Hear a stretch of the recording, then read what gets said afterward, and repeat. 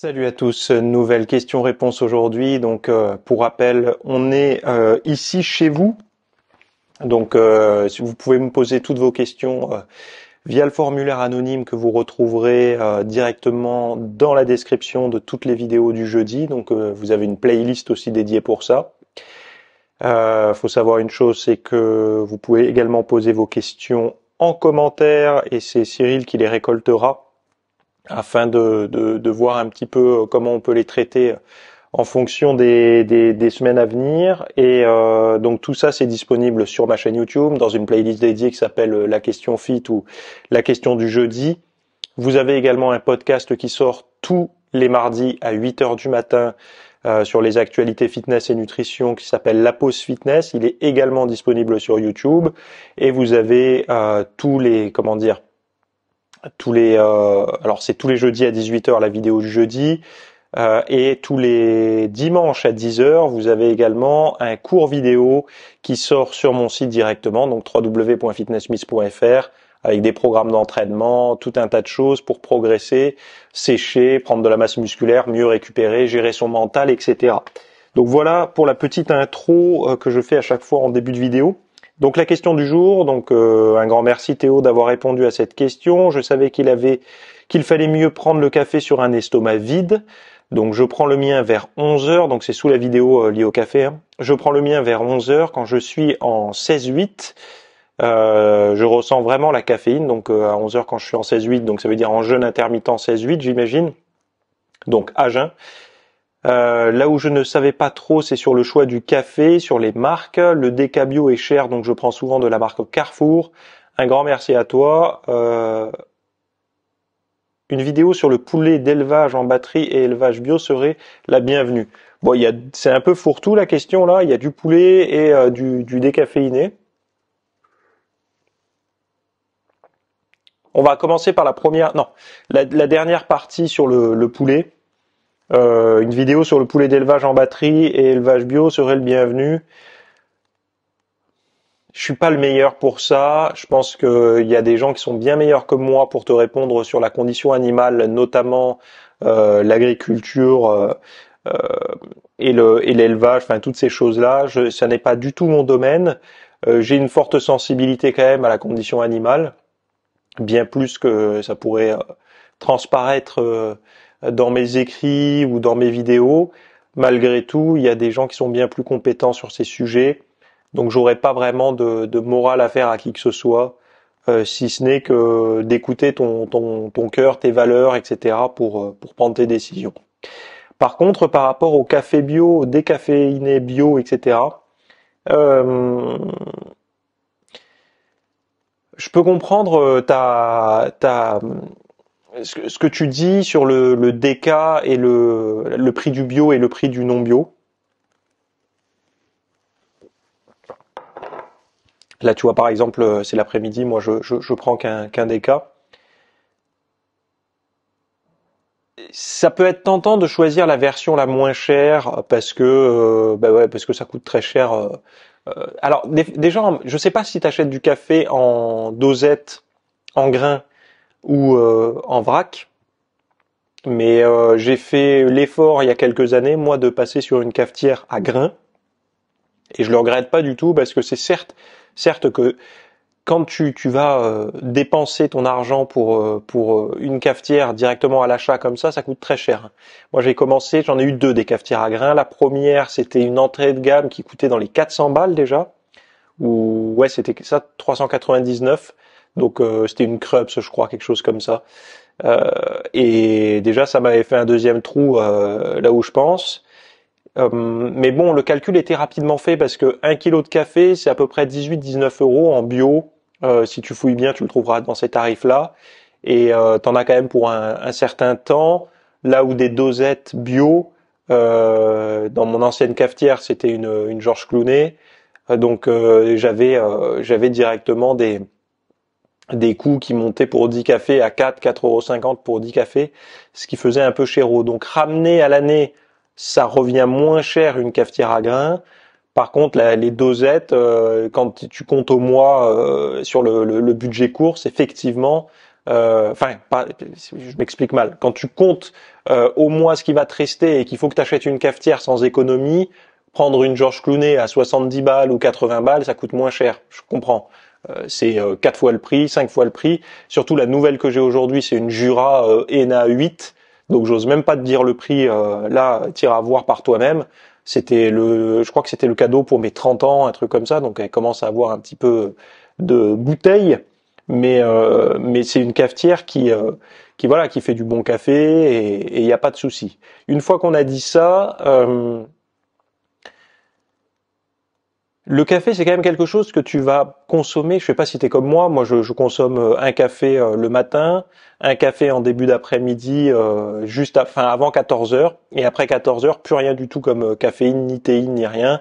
Je suis plutôt sur du déca ou des tisanes, quoi, si j'ai envie de boire une boisson chaude.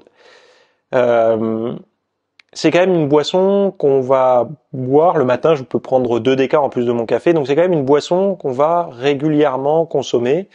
Et je pense que c'est important que toutes les petites choses du quotidien comme ça, qui vont avoir tendance euh, à se multiplier, des mêmes actions qui vont se multiplier. Je prends l'exemple du café, mais je pourrais prendre l'exemple, par exemple, si tu cuisines à l'huile d'olive, c'est toujours mieux de prendre une huile d'olive de bonne qualité, parce que si tu as une substance que tu vas consommer régulièrement, il me semble que ça a beaucoup de sens de prendre la meilleure version, pour essayer d'éviter une exposition à des saloperies. Alors on prend le cas pour le café. La problématique du café du déca, c'est que très souvent on va trouver du café bio en grande surface. On va rarement trouver du déca bio en grande surface, donc il va falloir aller dans les magasins bio. Et là, par contre, eux, ils se sucrent un petit peu sur notre dos. Franchement, ils y vont plein pot. Je veux bien soutenir les petits indépendants, mais les magasins bio, ils y vont pas de main morte. Euh, et c'est vrai qu'il faut faire l'effort, donc de le prendre en gros conditionnement. Moi, j'allais sur un site qui qui s'appelait, je pense qu'il s'appelle toujours, Equita Café. J'avais abandonné pendant une période. Là, je vais reprendre parce que j'ai déménagé depuis un certain temps et là où je fais mes courses, il n'y a plus de déca bio, donc je suis obligé de faire 2 magasins pour en trouver. Donc, je vais reprendre sur ce site-là. Mais c'est vrai que pendant une période, j'arrivais à tout trouver dans le commerce, quoi. Euh, Après, c'est pareil. Pour décaféiner un café, il y en a qui vont utiliser des solvants. Donc c'est une méthode un peu plus chimique que t'as pas forcément envie d'avoir derrière dans ton organisme. Et il y a des méthodes à l'eau, il y a des méthodes à l'oxygène aussi, je crois, ou au CO2, je sais plus, non, au CO2, je crois. Bon, et mieux vaut prendre les méthodes les plus naturelles. Et en règle générale, si c'est pas précisé sur l'emballage, c'est quand même un bon atout marketing. Donc, si c'est pas précisé, c'est un peu comme tout. C'est qu'en général, c'est des méthodes le plus bas de gamme, quoi. Donc, tout dépend de ta consommation. Pour te répondre, si tu consommes régulièrement du café, voire quotidiennement du café, ça commence à valoir le coup de mettre le prix dans ton café, quitte à sacrifier peut-être un autre aliment que tu prends bio, mais alors que tu pourrais le prendre normal puisque tu en consommes peu souvent ou un truc comme ça. J'ai le même regard sur l'eau parce que c'est quelque chose qu'on consomme tous les jours, donc j'ai et carafe filtrante et bouteille. J'aimerais arriver à avoir que les carafes filtrantes ou même un filtre ici, mais l'eau est extrêmement dure dans ma région. Et qu'est-ce que je voulais dire d'autre? Oui, c'est un petit peu comme si tu veux si tu fais beaucoup de cuisson à la poêle, enfin bon bref, tous tes appareils de cuisson, ça vaut le coup de basculer sur de l'inox parce que c'est des choses qui vont se répéter tous les jours à chaque repas, de cuire, etc. Et pour limiter les perturbateurs endocriniens, d'avoir des couverts, des ustensiles de cuisine, des poêles, des casseroles, même ton cuiseur vapeur et tout, de tout basculer au fur et à mesure dans des cuves inox et tout ça. Ça te permettra même au four, tu vois, de prendre le réflexe dans ton four de ne pas mettre les choses sur des plats en téflon ou autre, mais plutôt de prendre des plats en pyrex pour cuisiner. Tout ça, ce sont des réflexes qui, mis bout à bout, alors les ustensiles de cuisine, l'avantage c'est que tu achètes au fur et à mesure, mais après t'as plus d'investissement à faire, c'est fait quoi. Et ce sont des petits réflexes, moi j'aime bien dire, du quotidien. Ça compte bien plus que de prendre, je sais pas moi, une fois de temps en temps un super aliment, tu vas te faire une cure de spiruline pendant un mois, génial, c'est un super aliment comme ils disent là. Et après derrière par contre tu cuisines au téflon, tu prends du café premier prix pourri, etc. Donc moi je suis un peu dans la philosophie de consommer moins mais mieux quoi. Au lieu de te gaver d'un truc de mauvaise qualité, prends-en moins mais de bonne qualité.